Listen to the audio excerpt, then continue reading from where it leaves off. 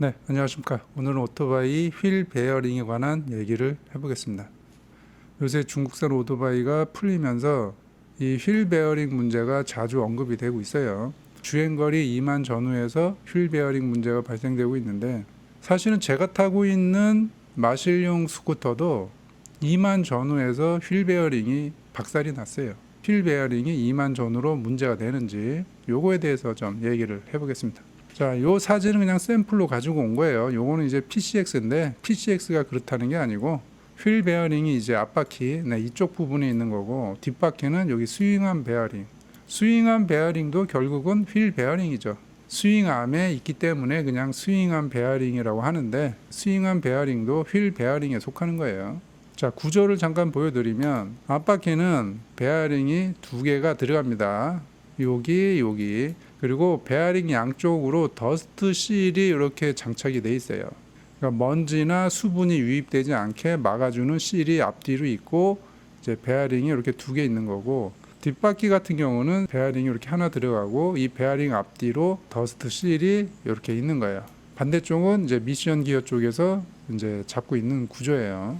이 휠 베어링이 이제 2만 전후로 문제가 이제 생기고 있는데, 수명이 짧은 이유가 뭐냐? 단순합니다. 뭐 그렇게 복잡한 문제가 아니에요. 그냥 저품질 베어링을 사용하면 수명이 짧을 수밖에 없는 거고, 그 다음에 이게 또 중요해요. 금속 카바 베어링을 사용한 경우 방수가 안 되기 때문에 물이 침투가 되겠죠. 그 다음에 이제 하중보다 좀 약한 베어링을 사용할 경우, 그리고 뭐 이 더스트 실 불량, 베어링 앞뒤로 이 수분이나 먼지를 막아주는 이 실이 있는데, 이 실의 내구성이 떨어질 경우에 이제 이쪽으로 물이 들어오게 되면 이제 좋지가 않은 거죠. 그래서 뭐 실 불량도 있고 뭐 여러 가지가 있는데, 자동차에서는 휠 베어링을 어떻게 정의하는지 잠깐 볼게요.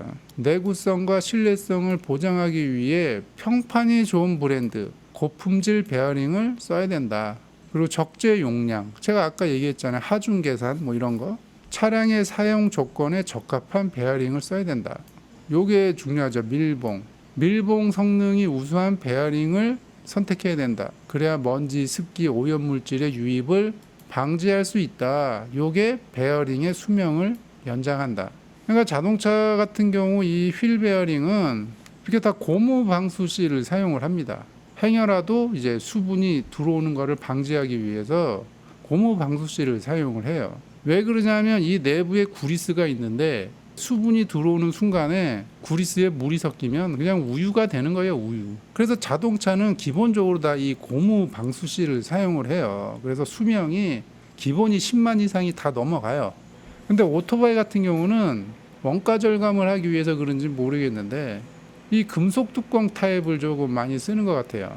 그러니까 이 고무 타입보다 이 금속 타입이 저렴하거든요. 금속 뚜껑 타입, 이 메탈 커버가 나쁜 거는 아닌데 사용되는 용도가 조금 다른 거예요. 그러니까 얘는 이 물기가 닿지 않는 곳에 사용을 해야 되는 거죠.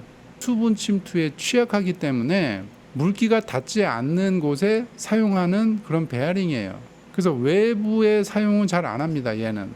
그러니까 실내라든가 물기와 상관없는 이런 그 모터의 베어링, 그런 곳에 요거를 써요. 요게 좋은 점이 고무 타입보다 저항이 조금 덜하거든요. 회전 저항. 이런 물과 상관없는 곳에서는 이런 메탈 타입이 오히려 좋을 수가 있어요. 근데 휠 베어링에는 요거를 사용하면 좋지가 않죠.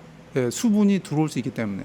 오른쪽에 있는 이 사진은 그 마실용 또는 뭐 테스트용으로 타고 있는 중국산 스쿠터인데, 이 스윙암 베어링이 2만 전후에 이렇게 파손이 됐어요. 요게 금속 뚜껑 타입으로 돼 있었고, 제가 이걸 자세히 관찰한 결과 수분 침투로 이게 파손이 됐어요. 수분이 침투가 되면서 이 베어링이 이렇게 파손이 된 거예요. 이 휠 베어링의 구조를 보면 베어링 앞뒤로 이렇게 더스트 실이 있어요. 먼지나 수분의 침투를 방지하는 1차적인 보호막인 거죠. 그런데 이 더스트 실의 내구성이 좋지가 않아서 수분이 이렇게 이제 유입이 된 거죠.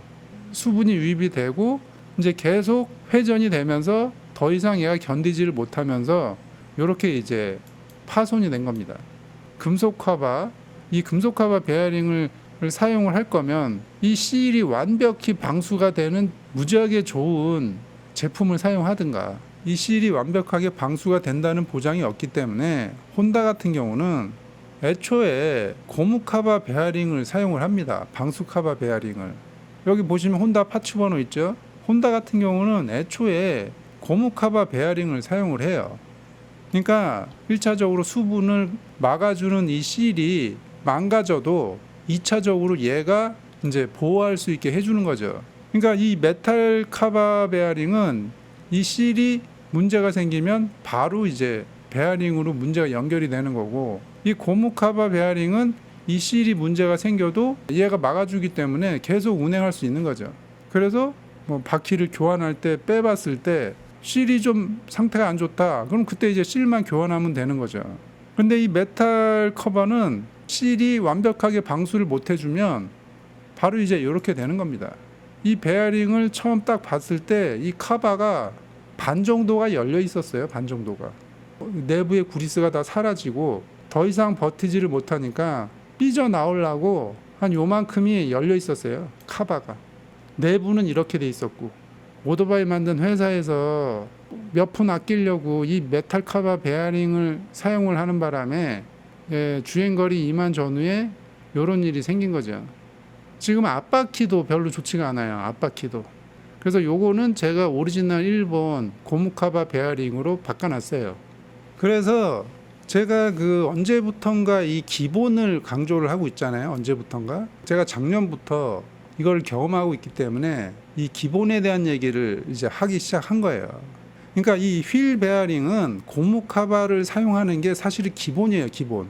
자동차 휠 베어링 기본으로 다 이 고무 방수실을 사용을 합니다. 고무 카바를 사용을 해요. 기본적으로 다. 그런데 오토바이는 일부에서 이렇게 원가 절감하려고 이렇게 금속 뚜껑 타입을 쓰는 거예요.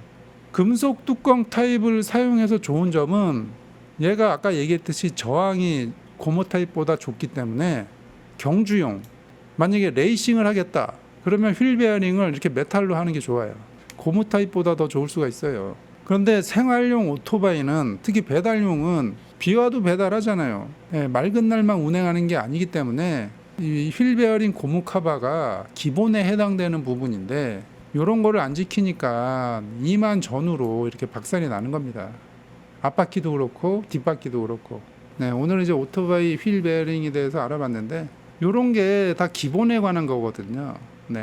휠 베어링 별거 아닌 것 같은데 이런 부품 하나의 차이로 인해서 수리비가 올라가 버리잖아요. 2만 전후기 때문에 2만 이후에 고장나면 AS도 안 됩니다. 이거 본인 돈으로 다 수리해야 돼요. 고무 카바 하나 안 써가지고 수리비가 발생이 되잖아요. 휠 베어링 수리하면은 그래도 1, 20 달라 그럴 거예요 아마.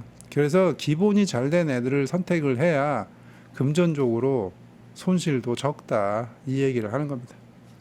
오늘은 여기까지 하겠습니다.